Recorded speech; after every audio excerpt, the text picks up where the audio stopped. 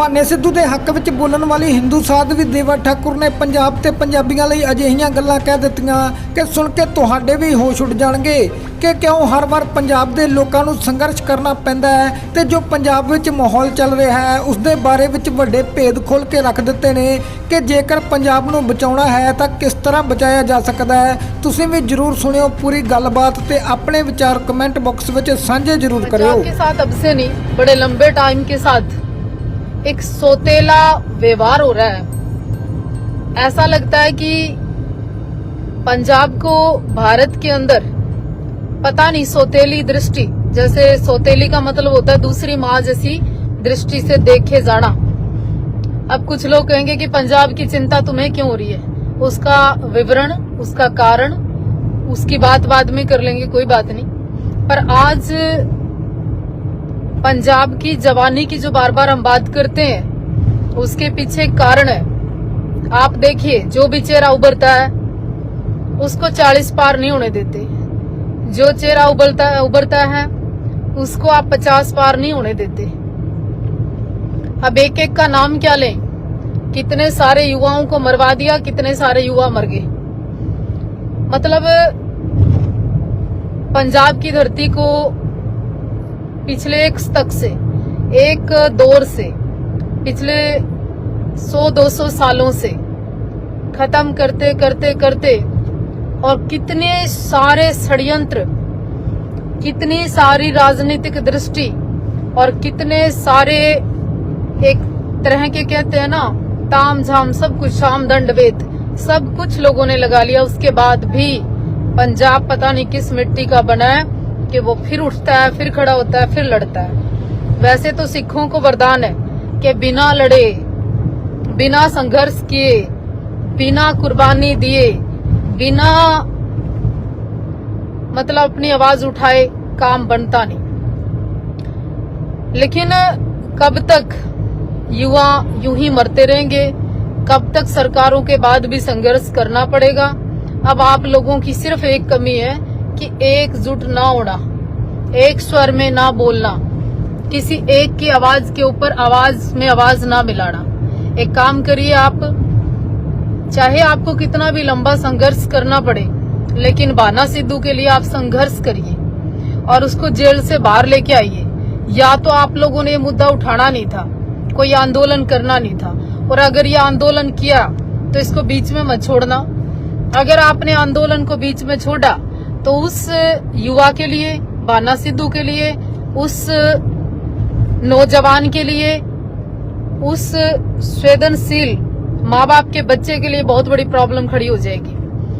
क्योंकि जब कोई आंदोलन होता है और वो आंदोलन अगर बीच में रह जाता है तो उसके रिजल्ट अच्छे नहीं होते। चाहे आप किसी का भी इतिहास, किसी की भी स्टोरी, किसी की भी बात उठा के देख लो, चाहे आप इसमें किसान आंदोलन के लोग बीच में आए हो और चाहे वहां के नेता बीच में आए हो, चाहे वहां के युवा बीच में आए हो, तो बाना सिद्धू को लेके आप जो भी फैसला लें, स्टिक लें, जितने दिन लड़ना पड़े लड़े, जितने दिन खड़ा होना पड़े खड़े, और दौड़ना नहीं है, ना पर्चों से, ना चर्चों से, ना खर्चों से, तीनों चीजों से नहीं दौड़ना। अगर आप अब नहीं दौड़े तो आपका जो तापमान चेक कर रही है ना सरकार, तो वो आपके आगे झुक जाएगी। और अगर आप दौड़ गए, अगर आप बिक गए, अगर आप समझौता कर गए, तो फिर आपका सिस्टम खत्म हो जाएगा। क्योंकि ऐसी बुलंद आवाज, चाहे लखा सदाना हो, चाहे वो बाना सिद्धू हो, चाहे रंधावा हो, चाहे पूरी टीम हो, ऐसे युवा बड़ी मुश्किल से पैदा होते हैं। मैं सलाम करती हूँ पंजाब की धरती को कि ऐसे वीरों को, ऐसे सपूतों को, ऐसे नौजवानों को, ऐसे साहसी और निर्डर लोगों को पैदा किया। नहीं तो आज की डेट में भाई किसी को सरकार के सामने खड़े होना तो बहुत दूर, 751 का अगर पर्चा हो जाए ना, लोग घर से बाहर नहीं निकलते। और पंजाब में तो आए दिन धमकियां आती हैं, आए दिन डराने का प्रयास करते हैं, आए दिन क्राइम होता है, आए दिन पता नहीं मर्डर होते हैं, क्या क्या होता है। और ऐसे माहौल में, ऐसे दहशत भरे सरकारों के माहौल में लड़ना, खड़े होना, तो ऐसे नौजवानों को सलूट के साथ साथ है ना, फिजिकली, फाइनेंशियली और युवाओं की ताकत के साथ आप लोग बाना सिद्धू के साथ साथ लखा सदाना कर इन सब लोगों का साथ दीजिए। क्योंकि तुम साथ दोगे तो पंजाब बच सकता है। क्योंकि पंजाब के अंदर आज की डेट में रह क्या रहा है, जमीनें चाहे सरकार किसी भी बहाने से खराब कर रही है, ले रही है, कर्जाई कर रही है, नशा देकर नौजवान को खत्म कर रही है और एजेंट पैसे खा रहे हैं, युवा विदेश में जा रहे हैं। मतलब पंजाब बचेगा नहीं तो पंजाब की संस्कृति कैसे बचेगी?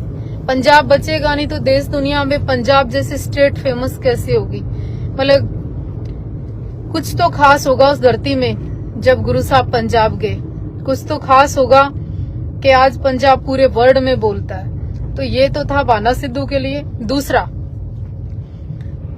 पंजाब के अंदर ये जितने तांत्रिक हैं, जितने शाणे हैं, जितने पूछा देने वाले हैं, इन सब को, और जितना धर्म के नाम पर पाखंड करने वाले लोग हैं, इन सब को पंजाब से बाहर करो।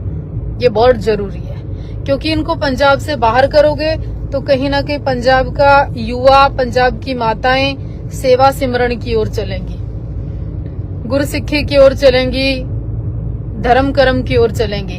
और जब तक ये तांत्रिक आपकी माताओं को, बहनों को, ये बाबे इस तरह से बहकाते रहेंगे कि भाई ताबीज से, पूछा से या तंत्र मंत्र से आपके बच्चों को, आपके युवा बस में हो सकते हैं, ऐसा नहीं हो सकता। तो इन माताओं का बहुत रोल है। ये ऐसे ऐसे पाखंडी बाबाओं को, ऐसे ऐसे पाखंडी लोगों को धनी बनाती है। वही वहां रेप करते हैं, वही वहां बलात्कार करते हैं, वही वहां संस्कृति खराब करते हैं, वही धर्म से विमुख कर रहे हैं। तो गुरुओं की, फकीरों की जो धरती है ना पंजाब, पवित्र धरती, साहसी सूरमाओं की, बलिदानों की, तो उस धरती को बचाने के लिए माताएं बाहर आए। और नौजवानों को कहूंगी कि जितने इन्होंने बोर्ड लगा रखे हैं ना, पूछा देने वालों ने, तांत्रिकों ने, और जितने मौलवियों ने, और जितना ये लिखा हुआ है कि इतने रुपए में वसीकरण, इतने रुपए में इतना इलाज, तो आप लोगों को तो पंजाब में ऐसे लोगों को तुरंत बाहर कर देना चाहिए। इनकी औकात ही नहीं होनी चाहिए। और मैं उनको भी कहूंगी जो दमखम रखते हैं ना, भाई तुम इतने बड़े बड़े यूनिक बदमाश हो, गैंगस्टर हो, इतनी बड़ी बड़ी तोफ हो, तो अगर आप गुरुओं को, पीरों को, फकीरों का सलाम करते हो, शहीदों को सलाम करते हो, तो करने लायक अगर कोई काम है ना, तो इन पाखंडी बाबाओं को पंजाब से बाहर करो। इन्होंने लूट के खा लिया पंजाब। जितना पैसा विदेशों से आता है उससे आधा पैसा तो माताएं बहने इन बाबिया ने, पीरा ने, फकीरा ने और ऐसे लोगों को दे आते हैं जो पाखंडी ताबीज बना बना के देते हैं, तंत्र मंत्र देते हैं। मतलब जगह जगह पाखंड हो रहा है। तो इसके ऊपर ना बहुत काम करने की जरूरत है, बहुत काम करने की जरूरत है, क्योंकि ये छोटी मोटी बीमारी नहीं है पाखंड। अपने बच्चों को शिक्षित करो ताकि वो पाखंड से बचे रहें। अपने बच्चों को शिक्षा के मंदिर भेजो ताकि वो वैज्ञानिक बने, इंजीनियर बने। और मैं किसी कर्मकांड के खिलाफ नहीं हूँ, किसी गुरु घर या किसी मंदिर के खिलाफ नहीं हूँ, लेकिन सेवा, सिमरन, सत्यता, अखंडता, ब्रह्मचर्य, ये बड़ी चीजें हैं। पर इन सब चीजों को चमत्कारों ने, पाखंडों ने खत्म कर दिया। मतलब कि बहुत दुख की बात है कि भारत के अंदर चमत्कार जैसी चीजों के नाम पर पाखंड हो रहा है। चाहे बाबा बागेश्वर वाला हो और हो, मतलब इतने कथावाचक थे पहले किसी में क्या हनुमान जी नहीं आए? क्या बागेश्वर से पहले बाबा हनुमान जी नहीं थे क्या? मतलब बहुत सारी चीजें हैं भाई आज के युग में। मतलब आज भी छोटे छोटे बच्चे नंगे पांव मिल जाते हैं, आज भी छोटे छोटे बच्चे बिना कपड़े मिल जाते हैं, आज भी पैसे के नाम पर महिलाओं के साथ गलत कार्य होता है, आज भी मानसिक रूप से लोग गुलाम है। तो उस भारत की बात कर रही हूँ कि इस भारत को मेरी, आपकी सबकी जिम्मेवारी बनती है झूठ से, पाखंड से, फरेब से, एक दूसरे की टांग खिंचाई को छोड़ के ना राष्ट्र को राष्ट्र जैसा दिखने दो। ये मेरा प्रयास है।